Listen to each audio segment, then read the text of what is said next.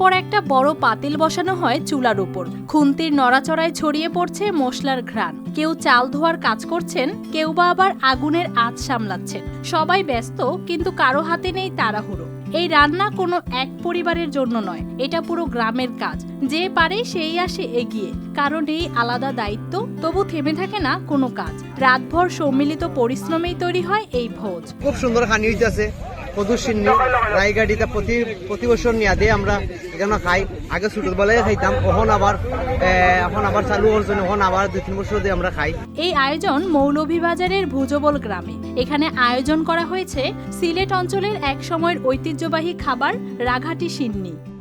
পুরা গ্রামটা সহযোগিতা করে। রাতে সারা রাত কাজ করা হয়েছে, সকাল এই পর্যন্ত আমার গ্রামবাসীরাই কাজ করে। এখানে মেইন হইল ধর্ম বর্ণ নির্বিশেষে সবাই এক কাতারে এক বেলা খাবো। এটা অগ্রহায়ণের ধান কাটার পরে এই আয়োজনটা করা হয়। এখনো এই সিস্টেমই চলে। ধান কাটার পর মাঠের নাড়ার ভেতর বসে একসাথে খাওয়ার সংস্কৃতি থেকেই এর শুরু। কালের পরিবর্তনে অনেক জায়গায় এই রীতি হারিয়ে গেলেও ভুজবলে টিকে আছে এখনো। এটা আমাদের গ্রাম বাংলার একটা ঐতিহ্য।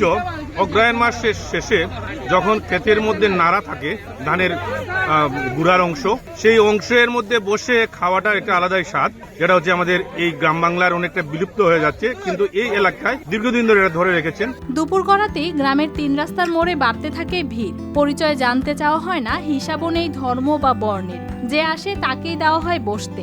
একই জায়গায় বসে খাচ্ছে সবাই। এটা একেবারে ঐতিহ্যের সাথে মিশে গেছে।